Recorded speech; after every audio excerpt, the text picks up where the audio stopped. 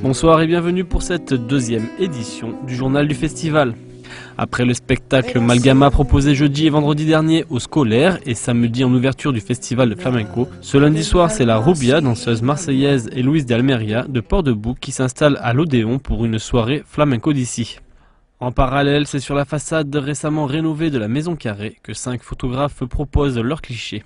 Karima M, Fanny Ducrot, René Robert, Daniel Munoz et votre serviteur Nicolas Pinchino. Les filles Karima et Fanny proposent de revivre les éditions précédentes du festival nîmois.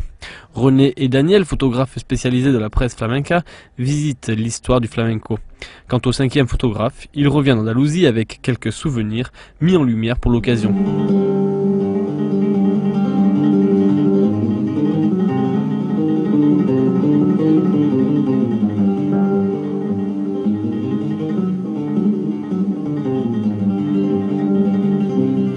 En parallèle des concerts tous les soirs de la semaine, le midi, au théâtre, des conférences dont l'accès est libre sont proposées. Ce lundi 19 janvier, en ouverture de ce cycle de conférences, il était question de la naissance de la guitare dans le flamenco et de l'importance que les guitaristes lui ont donnée au fil du temps. Pour en parler, Claude Worms, professeur d'histoire et professeur de guitare flamenca. Dans les années 1860-70, un certain nombre de chanteurs ont commencé à vouloir développer le chant d'une manière beaucoup plus virtuose, donc du chant à écouter cette fois. Le symbole étant un chanteur qui s'appelle Silverio Franconetti. Et là, il a fallu du coup que le guitariste devienne une tâche à part entière spécialisée, donc qui s'est détaché simplement de l'accompagnement de type chanson. Et à partir de là, on a demandé petit à petit aux guitaristes d'interpréter des intermèdes entre les différents cantes, entre les différentes coplas, et aussi de faire des intermèdes entre les différentes phases des concerts de chant, donc de composer, et de fil en aiguille, on en est à ce qu'on voit maintenant.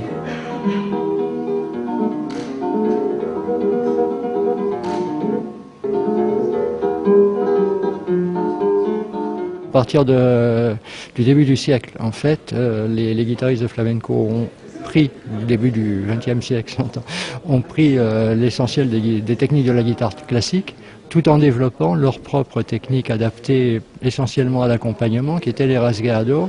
Mais la différence avec la guitare classique, il y a des rasgados aussi en guitare classique, mais c'est simplement des instruments d'effet sonore. Alors que pour un flamenquiste, c'est véritablement un instrument rythmique, c'est travaillé comme des percussions, donc les techniques sont beaucoup plus développées.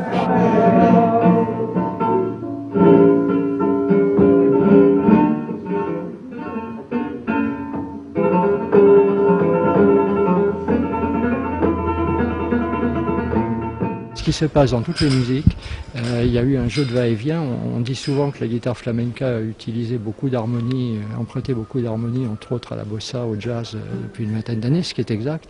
En même temps, je ne vais pas développer ici, mais bon, il y a une harmonie très spécifique à la guitare flamenca qui est basée sur des dissonances de seconde mineure et de seconde majeure, essentiellement avec des cordes à vide, des choses comme ça. Donc ce que les jazzmen appelleraient des voicings, qui sont très spécifiques au flamenco et qui commencent à être utilisés alors dans le jazz en particulier.